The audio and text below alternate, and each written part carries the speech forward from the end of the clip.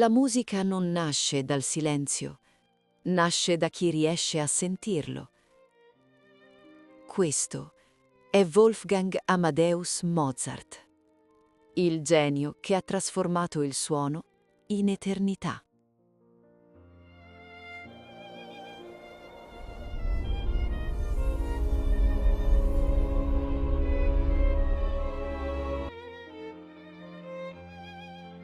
Benvenuti, nobili ascoltatori e viandanti del tempo, che avete scelto di prestare orecchio alla mia storia. Molti dicono che io sia sceso sulla terra non come un uomo, ma come un evento celeste, una cometa destinata a bruciare troppo in fretta per illuminare i secoli a venire. Io sono la melodia che non conosce silenzio. Sono il bambino eterno che ha giocato con le note come fossero biglie di vetro colorato. Sono colui che ha trasformato il dolore e la gioia in una matematica divina. Io sono Johannes Chrysostomus Wolfgangus Theophilus Mozart. Ma il mondo intero, e voi con esso, mi conoscete semplicemente come Wolfgang Amadeus Mozart. Non vi è angolo del globo civilizzato dove il mio nome non evochi il tintinnio cristallino di un clavicembalo o la potenza straziante di un requiem incompiuto. Eppure, prima di divenire il mito, prima di essere il genio incompreso o il massone illuminato, io ero soltanto un fanciullo, nato nel cuore di un inverno austriaco, in una casa dove la musica era più essenziale del pane e più rigorosa della religione. Lasciate che vi prenda per mano e vi conduca indietro, molto indietro, dove tutto ebbe inizio, dove il silenzio fu rotto per la prima volta dalla mia voce, che non era fatta di parole, ma di suoni puri. Tutto cominciò a Salisburgo, una città di cupole barocche e fortezze di pietra grigia, incastonata come una gemma grezza tra le montagne innevate. Era il 27 gennaio dell'anno 1756 d.C., un anno che per molti fu solo un numero su un calendario, ma che per la famiglia Mozart segnò l'avvento di un destino ineluttabile. Sono venuto alla luce al terzo piano di un edificio in Getreidegasse, numero 9. Una casa che odorava di cera d'api, di inchiostro ferrogallico e di quella polvere sottile che si deposita sulle parrucche non spolverate. Mia madre, Anna Maria, donna di dolcezza infinita e di pazienza ancor più vasta, mi mise al mondo con la fatica che si deve alle grandi imprese, poiché di 7 figli che ella portò in grembo, solo io e la mia cara sorella Maria Anna, che noi chiamavamo affettuosamente Nannerl, sopravvivemmo all'infanzia.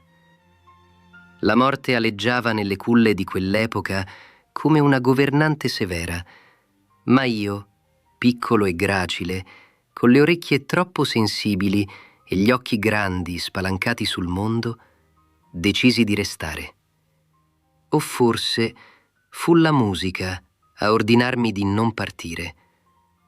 Non si può comprendere la mia infanzia e dunque la mia essenza senza comprendere l'ombra gigantesca che si stagliava su di essa, quella di mio padre, Leopold Mozart. Egli non era semplicemente un genitore, era il mio creatore, il mio maestro, il mio impresario, il mio carceriere e il mio dio terreno. Vice maestro di cappella alla corte del principe arcivescovo di Salisburgo, Leopold era un uomo di intelletto acuto, autore di un celebre trattato sul violino pubblicato proprio nell'anno della mia nascita, quasi a voler sancire che io e la pedagogia musicale fossimo gemelli astrali. Egli vide in me non un figlio da amare ciecamente, ma un miracolo da plasmare, una creta divina che Dio gli aveva affidato affinché ne facesse un monumento alla sua stessa ambizione e alla gloria dell'Altissimo. Avevo solo 3 anni quando il mio legame con l'universo sonoro divenne evidente, quasi spaventoso. Mentre Nannerl, che aveva 5 anni più di me, si esercitava al clavicembalo sotto lo sguardo vigile di nostro padre, io sedevo sotto lo strumento, ascoltando le vibrazioni del legno, sentendo le armonie risuonare nel mio sterno, come se il mio stesso scheletro fosse una cassa di risonanza. Ricordo il momento preciso in cui le mie dita, piccole e paffute, toccarono per la prima volta i tasti d'avorio e d'ebano. Non fu un gioco, fu un riconoscimento. Cercavo le terze, cercavo gli intervalli che si amavano tra loro, e quando li trovavo, quando il suono dolce e consonante riempiva la stanza, la mia anima esultava di una gioia che nessun giocattolo avrebbe mai potuto darmi. A 4 anni, mentre i miei coetanei imparavano a malapena a correre nei vicoli fangosi di Salisburgo, io componevo minuetti nella mia mente e mio padre, con una calligrafia impeccabile, li trascriveva per me, poiché la mia mano non era ancora ferma abbastanza per reggere la penna senza macchiare il foglio prezioso. Leopold capì subito. Capì che il tempo dell'infanzia ordinaria per me era finito prima ancora di cominciare. La casa in Getreidegasse divenne un'accademia, un tempio di disciplina ferrea. Non vi erano domeniche libere, non vi erano pomeriggi persi a inseguire farfalle, se non quelle che potevo evocare con un trillo di violino. Sì, anche il violino. Un giorno un trio di musicisti arrivò a casa nostra per provare dei nuovi trii composti da mio padre. Io, un soldo di cacio di appena 5 o 6 anni, mi presentai con un piccolo violino e chiesi di suonare la seconda parte. Fui cacciato, deriso bonariamente, mandato a piangere nella mia stanza. Ma il pianto fu così disperato che mio padre, per farmi tacere, mi permise di suonare sottovoce, a patto che non si sentisse nemmeno un fiato. Ebbene, suonai. Suonai tutto, senza aver mai preso una lezione, guidato solo dall'istinto e dall'osservazione. Quando l'amico di mio padre, il signor Schachtner, si accorse che stavo suonando correttamente la parte, le lacrime rigarono il volto di Leopold. Non erano lacrime di commozione paterna, ma di stupore mistico. Aveva avuto la conferma. Io ero lo strumento di Dio. Da quel momento la mia vita divenne un viaggio perpetuo. L'Europa del XVIII secolo non era un luogo per bambini. Era un continente di strade dissestate, di carrozze fredde e umide che scuotevano le ossa fino allo sfinimento, di locande dove il cibo era rancido e le lenzuola non sempre pulite. Eppure, quella divenne la mia casa. A 6 anni, nel 1762, mio padre caricò me, Nannerl e mia madre su una carrozza e iniziammo quello che sarebbe diventato un pellegrinaggio artistico senza precedenti. Monaco, Vienna e poi via, verso orizzonti sempre più lontani. Ricordo l'arrivo alla corte imperiale di Vienna, lo sfarzo abbagliante degli specchi di Schönbrunn. Lì, davanti all'imperatrice Maria Teresa, una donna che incuteva timore a generali e ministri, io mi sentii perfettamente a mio agio. Per me non esistevano ranghi o etichette, esisteva solo chi amava la musica e chi no. Suonai. E poi, con l'innocenza che solo un bambino di 6 anni possiede, le saltai in grembo, le gettai le braccia al collo e la baciai, sfacciatamente. Lei rise, l'intera corte rise. Ero il loro piccolo animale ammaestrato, il prodigio in miniatura, vestito con abiti di seta lillà, parrucca incipriata e spadino al fianco. Mi guardavano come si guarda un fenomeno da baraccone, ma quando le mie mani correvano sulla tastiera, quando bendavano i miei occhi e io continuavo a suonare senza sbagliare una nota, il riso si spegneva e lasciava posto a un silenzio riverente. Ma non crediate che fosse tutto splendore e applausi. Il viaggio verso Parigi e Londra, iniziato nel 1763, fu un'epopea di 3 anni e mezzo che ci consumò. Immaginate un bambino costretto a esibirsi per ore, a sorridere a dame incipriate che lo pizzicavano sulle guance, a inchinarsi a re e regine, mentre dentro avrebbe voluto solo dormire o giocare con il gatto di casa. Mio padre era implacabile. Scriveva lettere su lettere ai suoi amici a Salisburgo, descrivendo i trionfi, le monete d'oro ricevute, le tabacchiere preziose, ma omettendo spesso la stanchezza mortale che si leggeva nei nostri occhi cerchiati.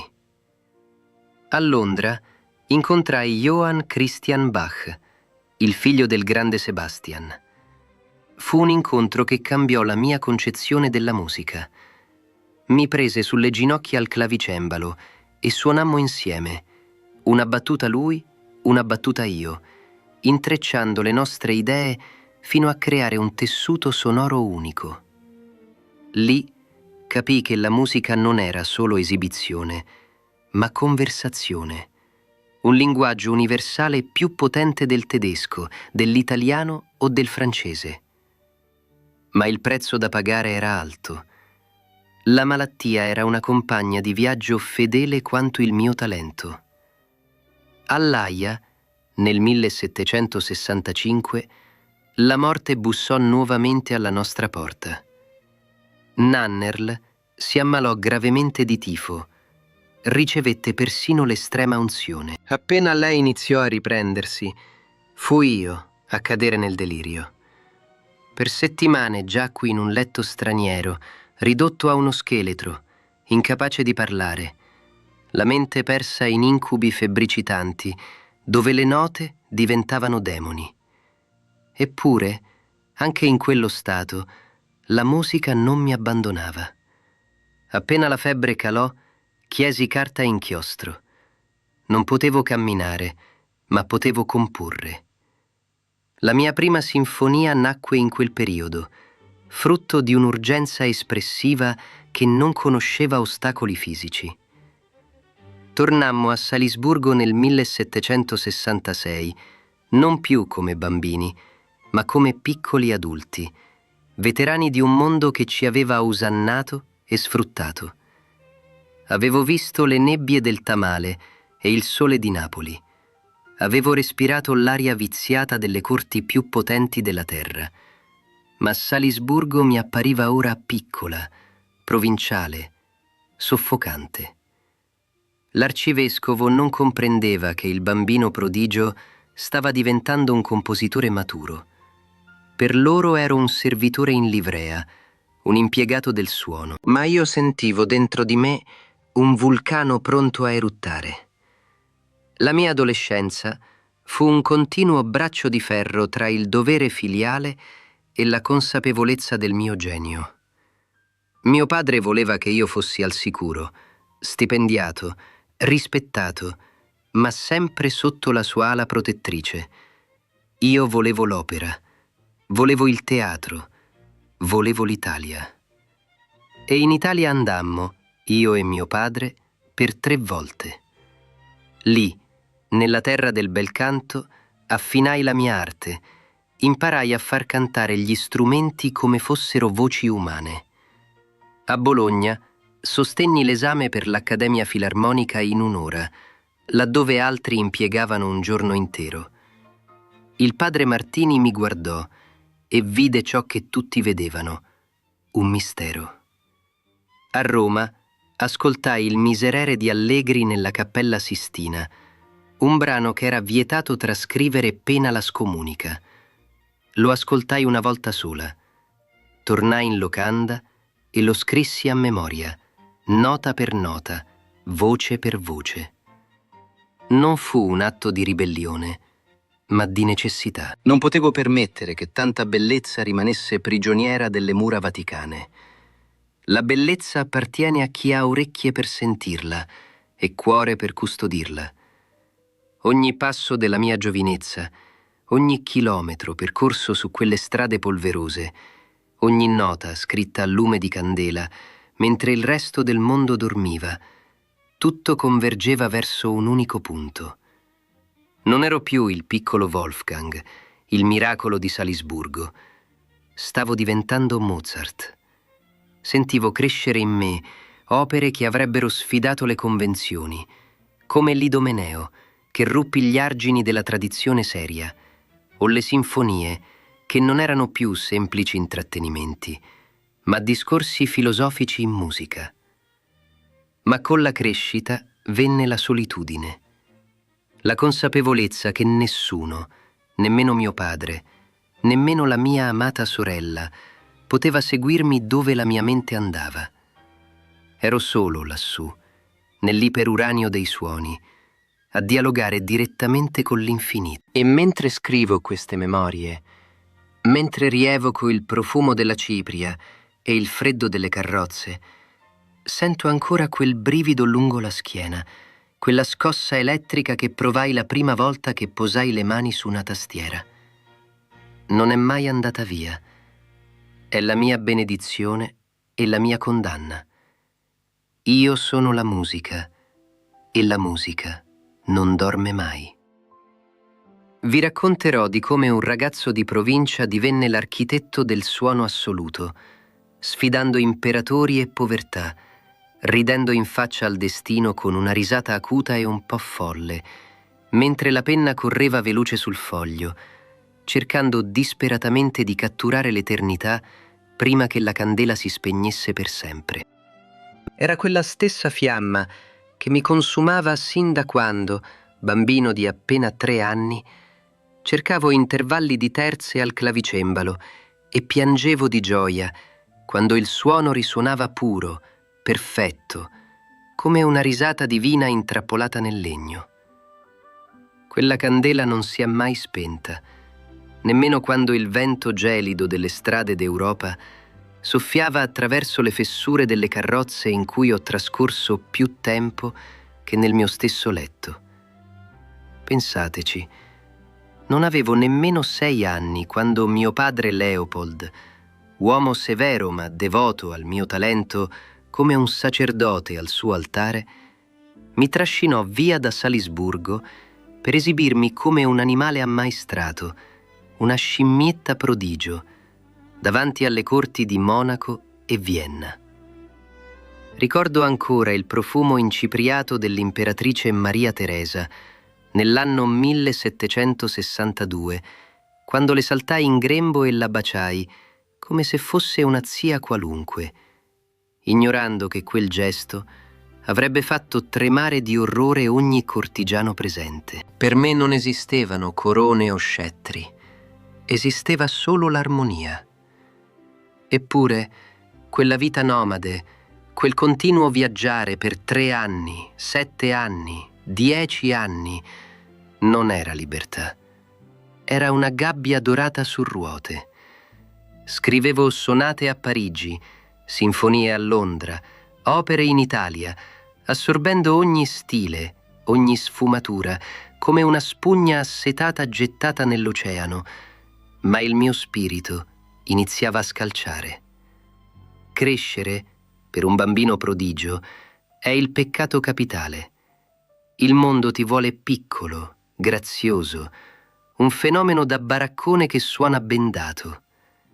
Quando i miei tratti si fecero adulti e la mia musica divenne complessa, densa di ombre e di luci troppo violente per le orecchie delicate dei nobili, l'applauso divenne meno frenetico e l'invidia iniziò a serpeggiare come veleno nelle vene dell'Europa. Il vero dramma, tuttavia, non si consumò sulle strade polverose tra Bologna e Mannheim, ma a casa, in quella piccola, soffocante Salisburgo che amavo e odiavo con pari intensità. Lì, il destino assunse le sembianze arcigne dell'arcivescovo Hieronymus von Colloredo. Se il precedente arcivescovo era stato tollerante, Colloredo era un burocrate dell'anima, un uomo che vedeva nella musica non un ponte verso Dio, ma una funzione amministrativa, da regolare come l'orario delle messe o la pulizia delle stalle. Per lui, io non ero Wolfgang Amadeus Mozart, il genio che aveva fatto piangere il Papa a Roma. Ero un servo in livrea, un domestico che sapeva suonare l'organo. Mi proibiva di viaggiare, mi costringeva a scrivere musica sacra breve, funzionale, priva di quel respiro operistico che mi gonfiava il petto. Mi sentivo come un'aquila costretta a camminare in un pollaio. La rottura, violenta e necessaria come un osso che deve spezzarsi per ricomporsi dritto, avvenne nell'anno 1781. Avevo 25 anni. Fui convocato a Vienna, dove l'arcivescovo si era recato per l'incoronazione dell'imperatore Giuseppe II. Credevo fosse la mia occasione per brillare nella capitale della musica, ma Colloredo mi trattò peggio di un valletto. Mi faceva pranzare con i camerieri e i cuochi, mi vietava di esibirmi nei salotti dell'aristocrazia che imploravano la mia presenza. L'umiliazione bruciava più dell'orgoglio. Sentivo che la mia musica stava morendo lì, tra un piatto di stufato servito in cucina e un ordine abbaiato con disprezzo. La decisione maturò in un istante, folle e irreversibile. Chiesi il congedo. Colloredo divenne paonazzo, mi insultò chiamandomi farabutto, mascalzone, idiota. Io, che avevo composto messe solenni e opere serie, venni trattato come un ladro di strada. Ma non cedetti. La scena finale di questo atto doloroso si svolse l'8 giugno 1781, quando il conte Arco, il gran ciambellano dell'arcivescovo, mi cacciò dal palazzo con un calcio nel sedere. Un calcio letterale, fisico, un calcio che, ironia della sorte, mi spinse fuori dalla servitù e dentro la storia. Quel calcio fu il battesimo della mia libertà. Ero solo, senza stipendio, in una città che divora i deboli, con mio padre che da Salisburgo mi bombardava di lettere furiose, accusandomi di ingratitudine e prevedendo la mia rovina. Ma io respiravo l'aria di Vienna, ed era aria di musica. Vienna, città di sogni e di intrighi, dove ogni finestra sembrava nascondere un pianoforte e ogni vicolo risuonava di melodie. Mi stabilii presso la famiglia Weber, una mossa che fece inorridire mio padre, il quale temeva cadessi nelle grinfie di quella famiglia e in particolare di una delle figlie. Aveva ragione a temere, ma torto a giudicare. Lì trovai Costanze. Non era la donna che Leopold aveva sognato per me, non aveva dote, non aveva titoli, ma aveva 2 occhi che capivano il mio caos e una voce che sapeva cantare le note che scrivevo nel cuore. Ci sposammo nell'agosto del 1782, nel Duomo di Santo Stefano, tra le lacrime di lei e la mia commozione, pochi giorni prima che arrivasse il consenso scritto, freddo e tardivo, di mio padre. Ma prima dell'amore ci fu la conquista. Dovevo dimostrare a Vienna, all'imperatore e a me stesso di essere il più grande. L'occasione arrivò con un incarico per un'opera tedesca, un Singspiel. Fino ad allora l'opera seria era dominio incontrastato della lingua italiana. Il tedesco era considerato rozzo, inadatto al canto lirico. Io accettai la sfida con la voracità di un affamato. Scrissi Il ratto dal serraglio. Riversai in quella partitura tutto l'Oriente immaginato, tutta la passione repressa, tutta la gioia della mia nuova indipendenza. Le prove furono un campo di battaglia. I cantanti si lamentavano delle difficoltà, i musicisti sbuffavano, ma io sapevo con certezza matematica che stavo costruendo qualcosa di mai udito prima. La prima rappresentazione, Il 16 luglio 1782 fu un trionfo che scosse il Burgtheater dalle fondamenta. Ricordo l'imperatore Giuseppe II, uomo colto, ma talvolta prigioniero delle sue stesse teorie estetiche, che si avvicinò a me dopo lo spettacolo. Con un sorriso benevolo ma tagliente, mi disse: «Troppo bello per le nostre orecchie e troppe note, mio caro Mozart». Ah, quella frase è rimasta scolpita nella leggenda come un epitaffio dell'incomprensione. La mia risposta fu istintiva, priva di quella cortigianeria che avrei dovuto imparare. Esattamente il numero necessario, maestà. Non una di più, non una di meno. Perché tagliare la perfezione? Perché amputare l'armonia per compiacere orecchie pigre? Il successo del Ratto dal serraglio mi aprì le porte dorate di Vienna. Divenne la mia città. Iniziai una frenetica attività di concerti su sottoscrizione. Immaginate la scena. Affittavo sale da ballo o teatri. Componevo un concerto per pianoforte nuovo di zecca la notte prima. Copiavo le parti per l'orchestra all'alba. Provavamo in fretta e furia e la sera avveniva il miracolo.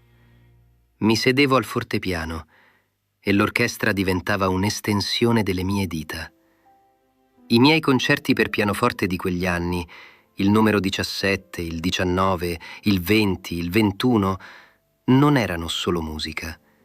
Erano dialoghi teatrali senza parole, dove il solista e l'orchestra discutevano, ridevano, piangevano insieme. Il pubblico viennese impazziva. Le mie improvvisazioni erano leggendarie. Potevo prendere un tema banale suggerito da qualcuno in sala e tesserci sopra una cattedrale di contrappunto all'istante, mentre la gente tratteneva il respiro per paura di rompere l'incantesimo. Guadagnavo denaro a palate in quel periodo, fiorini su fiorini, che entravano nelle mie tasche e ne uscivano con la stessa velocità. Amavo il lusso, amavo i vestiti eleganti con bottoni d'oro, amavo il biliardo, le feste, il punch. Volevo vivere come un principe, perché la mia musica era regale.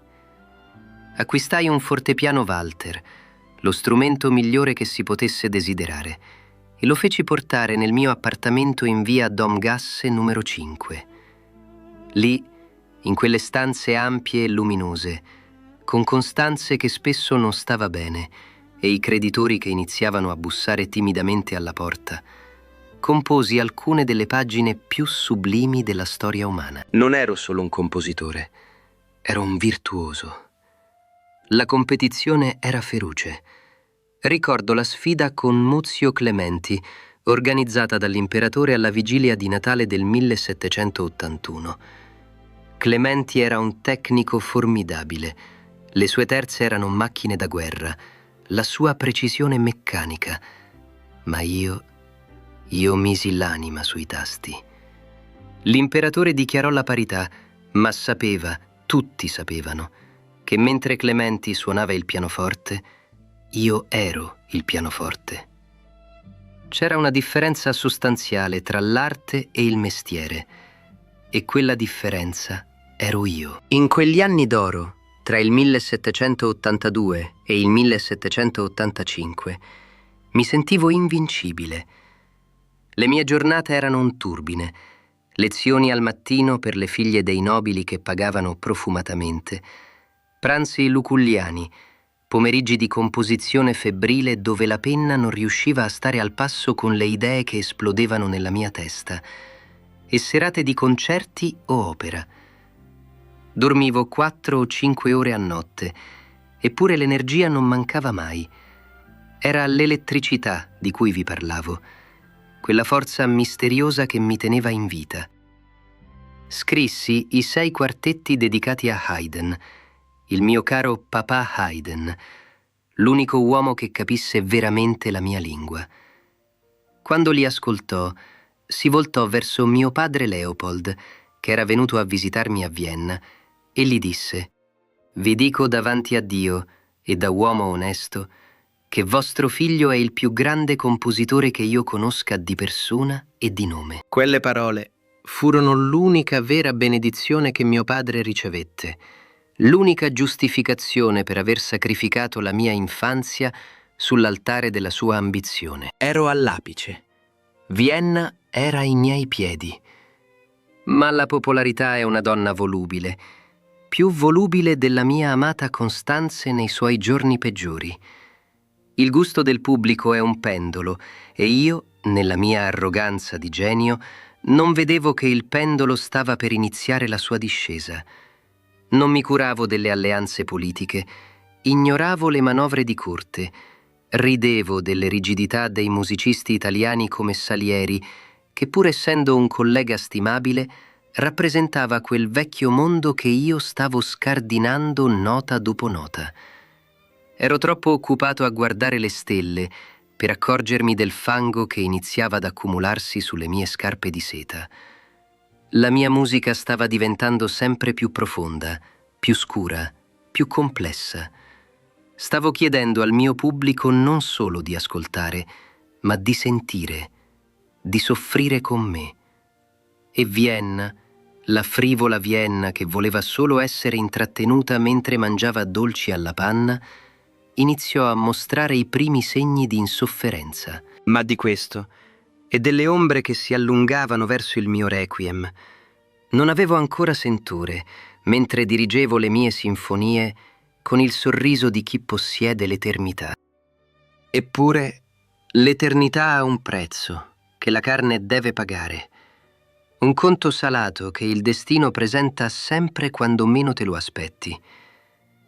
Quella sensazione di onnipotenza iniziò a sgretolarsi non nella musica, che rimaneva pura e cristallina come acqua di sorgente, ma nella vita materiale, quella fatta di monete che scivolavano via dalle mie dita bucate e di un pubblico viennese la cui attenzione era volubile come il vento di marzo. Se Praga mi aveva accolto come un dio, capendo ogni sfumatura del mio Don Giovanni, Vienna iniziava a guardarmi con sospetto, quasi che le mie armonie fossero divenute troppo ardite per le loro orecchie abituate alla mediocrità. Era l'anno 1787, quando la morte bussò per la prima volta con violenza alla mia porta, portandosi via mio padre Leopold, il grande burattinaio della mia infanzia, colui che mi aveva esibito come una scimmietta ammaestrata in tutte le corti d'Europa, se n'era andato, lasciandomi orfano non solo di un genitore, ma di quel giudice severo che avevo sempre cercato di impressionare. Fu allora che la mia musica si tinse di nero. Nel Don Giovanni, il commendatore di pietra non era forse l'ombra di mio padre, che tornava dall'oltretomba per trascinarmi all'inferno. Scrivevo quelle note febbrili, quegli accordi di re minore che aprivano l'opera come spalancando un abisso, e sentivo il gelo scendermi lungo la schiena. Le commissioni iniziarono a diradarsi. L'imperatore Giuseppe II, che Dio l'abbia in gloria, mi teneva in considerazione, ma con il braccino corto, e quando morì, nell'anno 1790, mi sentii improvvisamente esposto alle intemperie. Il suo successore non aveva orecchio per il mio genio. Mi ritrovai a dover traslocare in appartamenti sempre più periferici, lontano dal centro pulsante della città, dove l'aria era più malsana e le pareti più sottili. Fu l'inizio della mia discesa agli inferi, non spirituali, ma economici. Io, che avevo suonato sulle ginocchia delle imperatrici, mi ritrovai a scrivere lettere umilianti al mio fratello massone Michael Puchberg. Le parole mi costavano più fatica delle note. Vi prego, amico mio, prestatemi 500 fiorini, o anche solo 10, per l'amore di Dio. La mia povera Costanza è malata, i creditori bussano alla porta. L'inchiostro di quelle lettere era impastato con le mie lacrime di vergogna. Costanze, la mia amata Stanzi, soffriva di ulcerazioni alle gambe e necessitava di cure costose a Baden, cure che prosciugavano quel poco che riuscivo a guadagnare dando lezioni a nobili annoiati che non avrebbero distinto un do maggiore da un mi bemolle nemmeno se la vita fosse dipesa da quello. Eppure, in questa miseria crescente, la mia mente non smetteva di comporre. Era come se il disagio materiale alimentasse un fuoco interiore inestinguibile. Le ultime 3 sinfonie nacquero in un'estate miracolosa, in meno di 2 mesi, un fiume in piena di invenzione che sgorgava mentre attorno a me i mobili venivano pignorati. La numero 39, la 40, con quel suo incipit ansimante, e la 41, la Jupiter, maestosa, olimpica, una sfida lanciata al cielo da un uomo che non aveva nemmeno la legna per scaldare la stufa. Ricordo che ballavamo, io e Costanze, nella nostra stanza gelida, saltellando per non congelare, ridendo come pazzi, mentre nella mia testa le fughe del finale della Jupiter si incastravano con una perfezione matematica che avrebbe fatto invidia a Dio stesso. Poi arrivò Emanuel Schikaneder, un uomo di teatro, un saltimbanco geniale, con la sua proposta di scrivere un'opera per il popolo, per il suo teatro di periferia. Non per la corte, non per gli aristocratici imparruccati, ma per la gente vera. Nacque così il Flauto Magico. Ah, che gioia fu scrivere quella musica! Mi sentivo tornare bambino. Papageno ero io, l'uomo semplice che cerca solo un bicchiere di vino e una compagna, mentre Tamino affrontava le prove del fuoco e dell'acqua, quelle prove massoniche che io stesso stavo vivendo nella mia carne. Schikaneder mi chiuse in una piccola casetta di legno nel cortile del teatro per farmi finire il lavoro, e lì, tra un bicchiere di punch e una risata, ritrovai per un attimo la luce. Ma le ombre si stavano allungando, inesorabili. Fu nel luglio dell'anno 1791 che accadde l'evento che segnò il mio destino.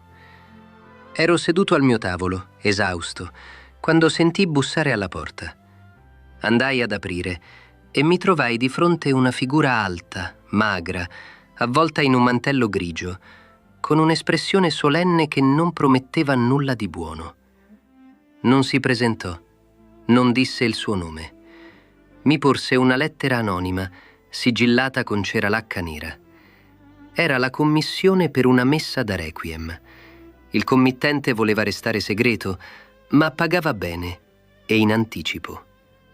Accettai, perché avevo bisogno di quel denaro come dell'aria, ma nel momento in cui la figura grigia si voltò per andarsene, un pensiero terrificante si insinuò nella mia mente febbricitante. Quell'uomo non era di questo mondo. Era un messaggero dell'aldilà. Stavo scrivendo il requiem per me stesso. L'ossessione si impadronì di me. Lavoravo giorno e notte, alternando le pagine gioiose del Flauto Magico con le terribili, oscure armonie del requiem. Il mio corpo iniziò a cedere. Sentivo un sapore metallico in bocca. Le mie mani si gonfiavano. Le articolazioni dolevano come se fossero state percosse. Iniziai a delirare, convinto che qualcuno mi avesse avvelenato. Acqua tofana? Arsenico? O forse era solo il veleno della mia stessa ambizione che mi stava consumando dall'interno. Dissi a Constance, in un momento di lucidità tra una febbre e l'altra: «Sento che non durerò a lungo. Di sicuro mi hanno avvelenato. Non riesco a togliermi questo pensiero dalla testa». Lei cercò di rassicurarmi, di portarmi via le partiture, ma io non potevo smettere. Dovevo finire. Il Confutatis Maledictis risuonava nella mia testa con la potenza di 1000 trombe del giudizio, le fiamme dell'inferno che lambivano i piedi dei dannati. Dovetti partire per Praga, per l'incoronazione del nuovo imperatore Leopoldo II, per dirigere la clemenza di Tito. Ero già uno spettro. Pallido, smunto, dirigevo con movimenti meccanici mentre il pubblico restava freddo. Una porcheria tedesca, la definì l'imperatrice. Tornai a Vienna distrutto, un guscio vuoto. Mi misi a letto e da quel letto non mi sarei più rialzato. Era l'autunno del 1791, fuori le foglie cadevano morte e io con loro. Il flauto magico andò in scena e fu un trionfo, un successo straordinario. Nelle sere in cui non potevo andare a teatro, mettevo l'orologio davanti a me sul copriletto e seguivo l'opera con la mente. Ora entra la regina della notte, ora Papageno suona il carillon. Che ironia, trionfare mentre si muore. Ma il requiem reclamava la mia anima. Il mio allievo Susmair sedeva al mio fianco e io gli dettavo le note con un filo di voce, cantando le parti dei timpani con la bocca impastata dalla febbre. Ero arrivato al Lacrimosa. Oh, quel giorno di lacrime e lutto. Le prime 8 battute scivolarono sulla carta come sangue. Sentivo il peso di tutti i peccati del mondo, la tristezza infinita di dover lasciare la vita a soli 35 anni, proprio ora che vedevo chiaramente cosa la musica poteva diventare. C'era ancora così tanto da scrivere. Sinfonie che avrebbero fatto tremare le montagne, opere che avrebbero svelato i segreti del cuore umano. Tutto perduto, tutto svanito nel nulla. Il mio corpo si gonfiava in modo grottesco, non potevo più muovermi. Il dottor Clossé ordinò impacchi freddi sulla mia testa in fiamme e lo shock termico mi fece perdere i sensi. Ma nel delirio continuavo a sentire la musica. Non quella degli uomini, ma quella degli angeli, o forse dei demoni, che venivano a prendermi. Sapevo che era la fine. Chiesi che la mia famiglia si prendesse cura di Constance e dei miei figli, Carl Thomas, Franz Xaver, poveri piccoli. Cosa sarebbe stato di loro? E il mio canarino? Qualcuno si ricordi di spostare la gabbia del canarino? Canta troppo forte. Quel do acuto mi trafigge il cervello come un chiodo arroventato. La notte del 4 dicembre il respiro si fece affannoso. Il mio corpo lottava, ma il mio spirito era già altrove, sospeso tra il Dies Irae e il Lux Aeterna. Tentavo di mimare con la bocca i passaggi dei timpani del Requiem. Boom, boom, boom. L'ultimo ritmo del mio cuore. Non c'era gloria in quel letto di dolore. Non c'era l'applauso scrosciante del Burgtheater. C'era solo il sudore freddo e la paura dell'ignoto. Io, Wolfgang Amadeus Mozart, che avevo conversato con i re e avevo tradotto la voce di Dio in note su un pentagramma, morivo come un povero diavolo, lasciando un'opera incompiuta, proprio come la mia vita. Il mondo avrebbe ascoltato il mio requiem, sì, ma non avrebbero mai saputo cosa avrei potuto scrivere se mi fosse stato concesso anche solo un altro inverno. La penna cadde dalla mia mano inerte. Il silenzio, quel silenzio che avevo riempito per tutta la vita con la bellezza, ora stava per inghiottirmi per sempre. Ma quel silenzio non fu una tomba vuota, bensì il grembo di una nuova eternità che si stava schiudendo proprio mentre il mio respiro terreno si spezzava, fragile, come una corda di violino tesa oltre il limite della sopportazione. Era la notte del 5 dicembre dell'anno del Signore 1791 e l'orologio della storia batteva rintocchi che io non potevo più udire con le orecchie della carne, ma che percepivo con lo spirito vibrante, ormai prossimo a distaccarsi da quel corpo gonfio e febbricitante che mi aveva ospitato per 35 brevi, intensissimi anni.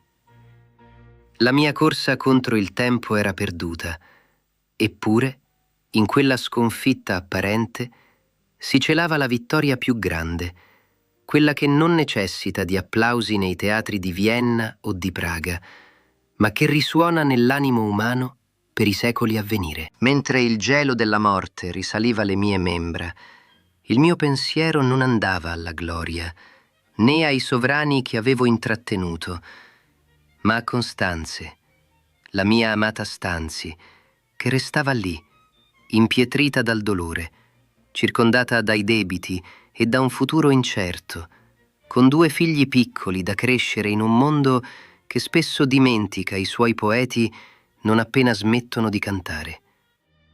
Immaginavo il mio funerale non come l'apoteosi di un genio, ma come l'ultimo atto di una commedia umana venata di tristezza.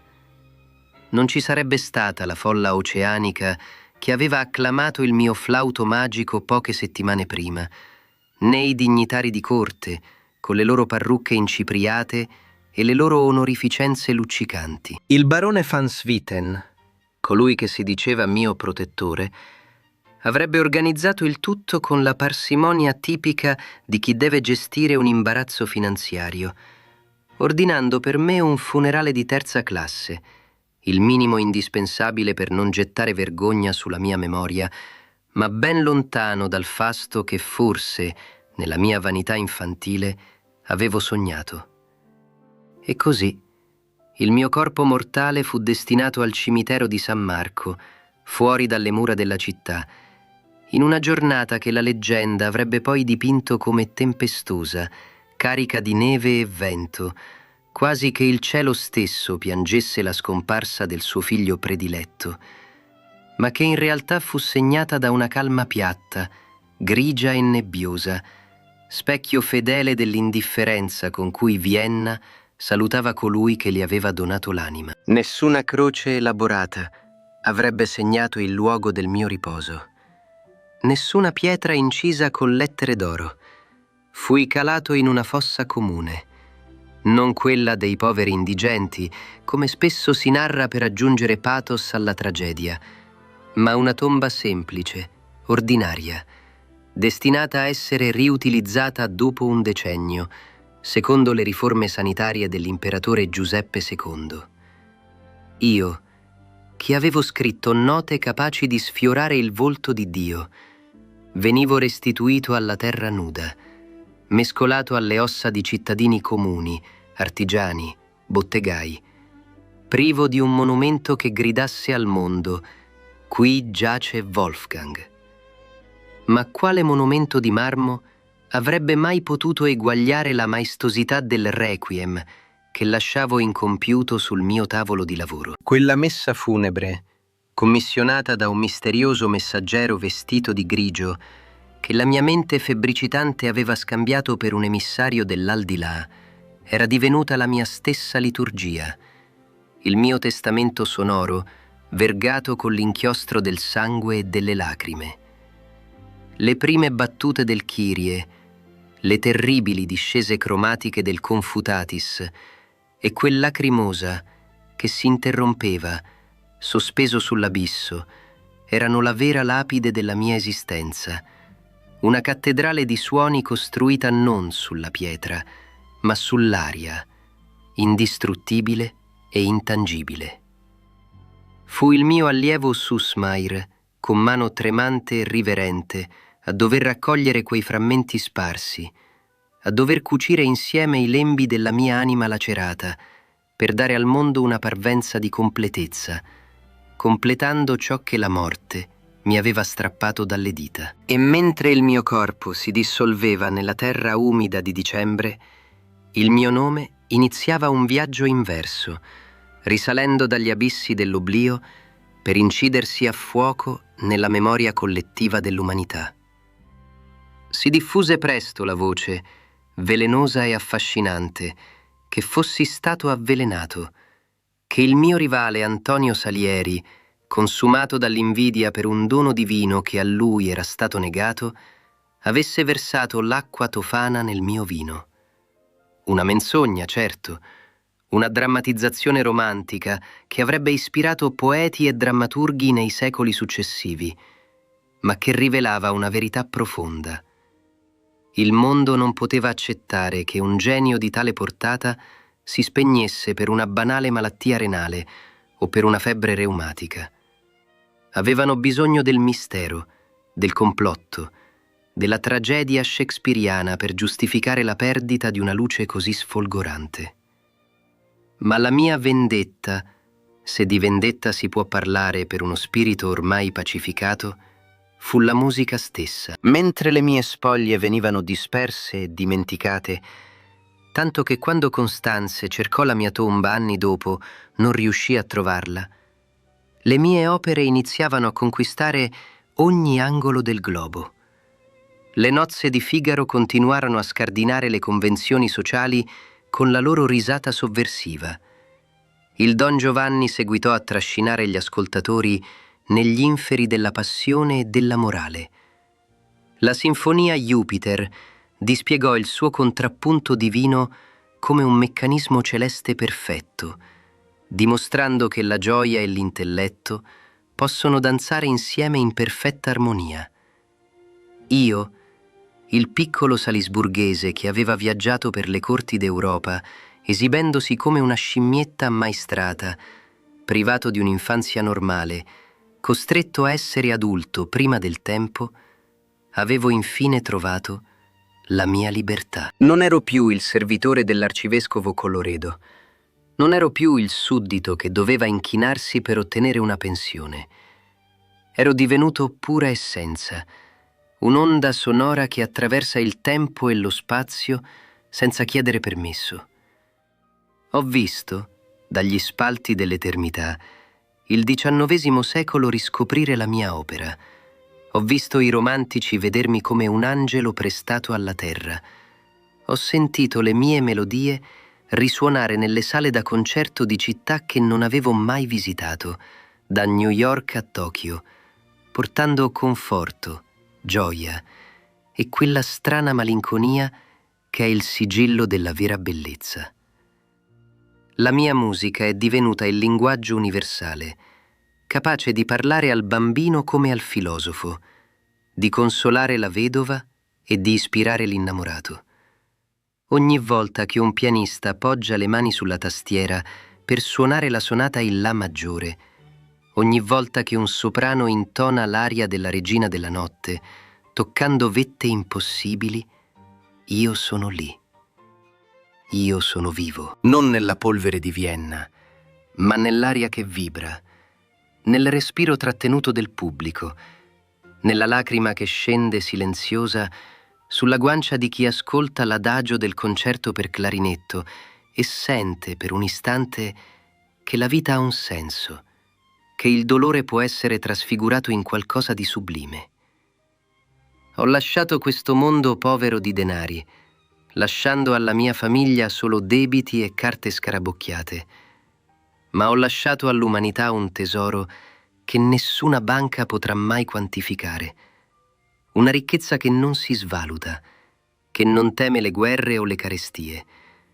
Ho trasformato la sofferenza in armonia, la paura in bellezza, la morte in un passaggio musicale verso una tonalità più luminosa.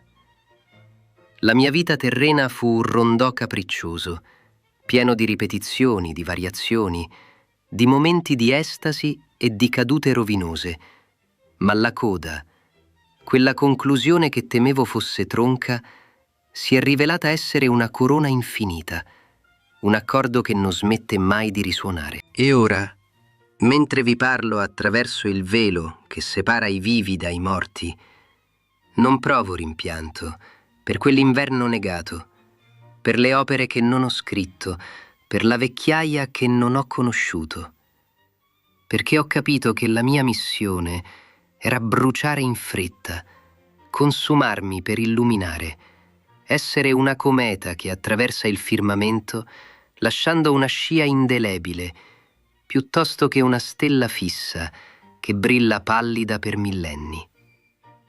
Tutto ciò che ero, le mie risate sguaiate, i miei giochi di parole infantili, le mie paure notturne, il mio amore disperato per la vita, tutto è stato distillato nelle mie partiture.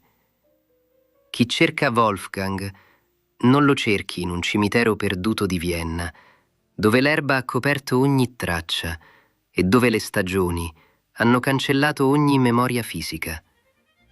Mi cerchi tra le righe del pentagramma, tra il sol e il do.